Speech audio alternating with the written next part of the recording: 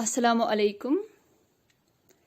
आज हम प्रतपाल सिंह बेताब की जो गज़लियात हैं उसमें से गज़ल नंबर 1 हम आज पढ़ेंगे। आपको बताती चलूं कि ये जो गज़ल है इसमें असल में जो शायर हैं उन्होंने अपने रब से कोई इल्तिजा की है, कोई दुआ उनसे मांगी है। तो क्या दुआ मांगी है वो हम गज़ल पढ़ के हमें समझ आएगा। तो सबसे पहले मैं आपको गज़ल पढ़ के सुनाती हूँ। गज़ल है, गज़ल का जो मतला है यानी पहला शेर। न दे पुख्ता इमारत एक खंडर दे, मैं बेघर हूँ मुझे भी कोई घर दे। अगर हूँ रास्ते पर मुतमईन कर, अगर बेसिमत हूँ राहे सफ़र दे। न दे ऊंचाई मेरे कद को बेशक, मेरी हर शाख को लेकिन समर दे। मुझे पत्थर ही पत्थर दे दिए हैं, अब इन हाथों को आज़र का हुनर दे। नज़र है मुंतज़िर नस नस है बेताब, सदफ मुझको किया है तो गुहर दे। तो ये गज़ल है जो हमें आज पढ़नी है। इसकी तशरीह जो है मैं आपको साथ साथ हर शेर के साथ साथ समझा दूंगी। तो आप चाहें तो आप लिख सकते हैं, नोट डाउन कर सकते हैं अपनी नोटबुक पे। तो शेर जो है पहला मतला, न दे पुख्ता इमारत एक खंडर दे, मैं बेघर हूँ मुझे भी कोई घर दे। जैसा कि मैंने आपसे कहा कि जो गज़ल है इसमें शायर अपने मालिक से, अपने खालिक से इल्तिजा करते हैं। क्या इल्तिजा करते हैं कि भले ही आप मुझे कोई बड़ी इमारत न दो, कोई बड़ी सी इमारत मुझे ना दे, कोई बड़ा सा घर, कोई महल खाना ना दे, लेकिन मैं आपसे इल्तिजा करता हूँ कि मुझे कोई खंडर ही दे दे, क्योंकि मैं एक बेघर हूँ। तो मुझे भी कोई घर चाहिए रहने के लिए, मुझे भी कोई, मैं आपसे किसी बड़े महल खाने की इल्तिजा नहीं करता हूँ, मैं आपसे कोई बड़ी चीज़ नहीं मांग रहा हूँ। मैं ये कह रहा हूँ कि मैं बेघर हूँ तो मुझे भी कोई घर चाहिए रहने के लिए, चाहे वो कोई खंडर ही क्यों ना हो। सही है। उसके बाद अगला शेर है, अगर हूँ रास्ते पर मुतमईन कर, अगर बेसिमत हूँ राहे सफ़र दे। तो अपने खुदा से कहता है कि अगर आपको लगता है कि मैं सही रास्ते पे जा रहा हूँ तो मुझे मुतमईन कर, मेरे दिल को सुकून दे, मुझे इत्मीनान अता कर। अगर आपको लगता है कि मैं बेसिमत हूँ यानी अब मैं किसी गलत रास्ते पे चल रहा हूँ तो मुझे सही रास्ता दिखा दे। उसके बाद है तीसरा शेर, न दे ऊंचाई मेरे कद को बेशक, मेरी हर शाख को लेकिन समर दे।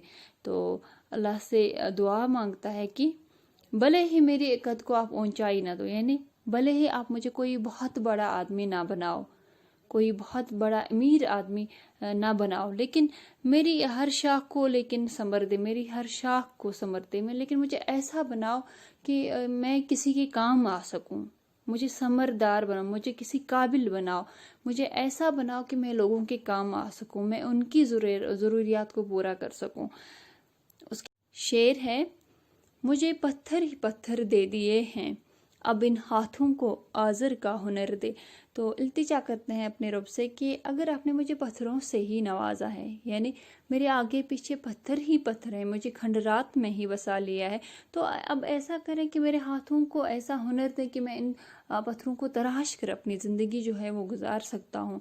मेरे हाथों को आज़र का हुनर दे। आज़र का हुनर यानी हज़रत इब्राहीम अलैहिस्सलाम के चचा का नाम आज़र था, कहीं पे उनको वालिद बताया गया है, कहीं पे उनके चचा, लेकिन जहाँ तक मैंने पढ़ा है कि हज़रत इब्राहीम अलैहिस्सलाम के वालिद साहब जो हैं वो बचपन में ही फौत हो गए थे। उसके बाद आज़र ने उनकी परवरिश की थी, लेकिन वो हज़रत इब्राहीम अलैहिस्सलाम से मोहब्बत करते थे, लेकिन वो बुत तराश थे, वो इस्लाम के दायरे में नहीं थे।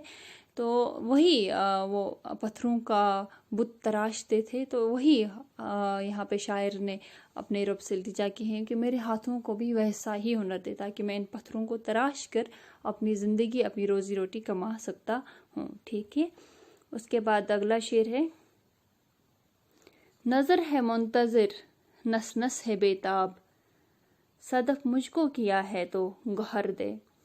تو یہاں پہ شاعر، یہ آخری شعر ہے اس کا غزل کا، مقطع ہے، تو شاعر کہتے ہیں کہ میری نظر جو ہے وہ، میری نس نس میری نظر جو ہے وہ منتظر ہے، یعنی اس انتظار میں ہے کہ کب آپ مجھے کسی ایسی چیز سے کوئی ایسی چیز عطا کرو گے کہ اگر آپ، مجھے یہ لگتا ہے کہ اگر آپ نے مجھے صدف مجھے بنایا ہے، یعنی صدف ہوتا ہے سیپ جس میں گوہر موتی جو ہے وہ جس میں بنتا ہے، یعنی وہ جو صدف سیپ جو ہوتا ہے وہ اس کی پروٹیکشن ہوتا ہے، جو اس کے اندر جو گوہر جو موتی ہوتا ہے وہ اس کی پروٹیکشن ہوتا ہے۔ تو اگر یہاں پہ شاعر بولتا ہے کہ اگر آپ نے مجھے صدف بنایا ہے، یعنی مجھے اس قابل بنایا ہے کہ میں کسی چیز کی رکھوالی کر سکتا ہوں، کسی چیز کی دیکھ بھال، تو مجھے وہ چیز عطا کر دیں، مجھے وہ گوہر، مجھے وہ موتی عطا کر دیں جس کی میں رکھوالی کر سکتا ہوں، جس کی پروٹیکشن میں کر سکتا ہوں۔ تو میں اسی چیز کے انتظار میں ہوں، میری ہر